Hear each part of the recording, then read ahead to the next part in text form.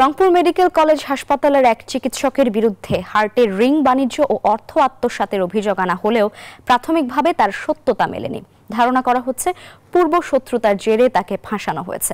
অভিযোগকারীদের অভিযোগপত্রেও মিলছে নানান গরমিল। বিষয়টি খতিয়ে দেখতে তদন্ত কমিটি গঠন করেছে কর্তৃপক্ষ।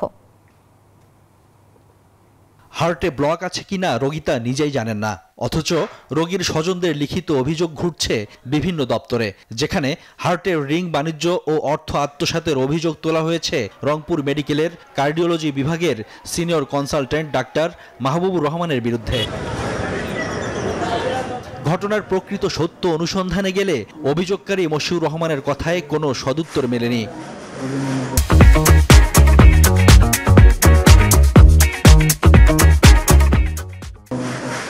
আরেক অভিযোগকারী তার ভুল স্বীকার করে অভিযোগের তীর ঘোরান বেগম রোকেয়া বিশ্ববিদ্যালয়ের সাংবাদিকতা বিভাগের সহকারী অধ্যাপক মাহমুদুল হকের দিকে।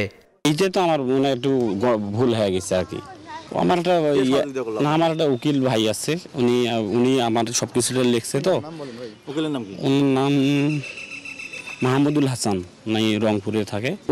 উনি সবকিছু লিখি, উনি সবকিছু পাঠিয়ে দিছে এবং অভিযোগ বলে এটার একটা ইয়ে হওয়া দরকার। তবে অভিযোগ অস্বীকার করেছেন মাহমুদুল হক। আমার কথা বলার কিছু নেই, আর যারা কথা বলেছে বা যারা কিছু লিখেছে বা বলেছে, দিস ইজ দেয়ার ক্রাইম, টাকার বিনিময়ে রিপোর্ট করেছে। চিকিৎসার সব তথ্য প্রমাণ থাকায় কারচুপির কোনো সুযোগ নেই বলেও জানান চিকিৎসক মাহবুবুর রহমান। তবে কমিটি গঠন করেছে কর্তৃপক্ষ।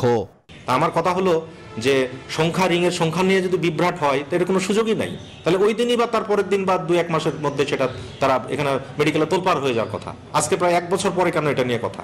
তাহলে নিশ্চয়ই বোঝা যাচ্ছে কেউ পিছন থেকে এটা ইন্ধন দিচ্ছে।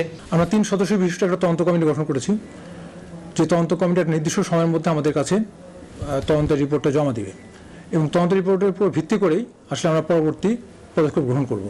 রংপুর মেডিকেলের তথ্য বলছে, গত 1.5 বছরে 6 শতাধিক এনজিওগ্রাম, শতাধিক রিং ও 50টির বেশি পেসমেকার বসিয়েছেন ডাক্তার মাহবুব, যার মধ্যে সফলতার হার 99%।